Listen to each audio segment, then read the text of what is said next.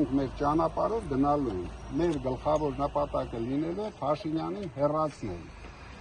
օրինական ճանապարհներով։ Հիմա Չէ, նկատում ես, դե Հայլերով։ Պարոն կապիտան, դուք ներողություն հանդիպել եք ընդդիմադիր ուժերի հետ, Գագիկ Ծառուկյանի, Ռոբերտ Քոչարյանի հետ հանդիպել եք։ Ինչու՞։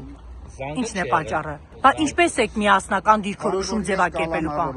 Իրենք կարող են ցես այցելել, չէ՞, արգելք կար։ Չէ, հրավիրել ձեր տուն։ Երևի կայցել են։ Պարոն Կարապետյան, կարող ենք ենթադրել, օրինակ ձեր թիմը ողջ ընթացքում ասում էր, որ դուք հաղթելու եք։ Պլան B-ի մասին բազմաթիվ անգամ ձեզ հարցադրումներ են եղել, դուք ասել եք, որ պլան B-ի մասին մոռացեք, որովհետև մենք հաղթելու ենք։ Կարող ենք ենթադրել, որ ըստ էության, դուք էլ մյուս ընդդիմադիրների սխալը կրկնեցիք եւ գերագնահատեցիք ձեր ուժերը։ Մենք ոչ մեկի սխալը չենք կրկնել,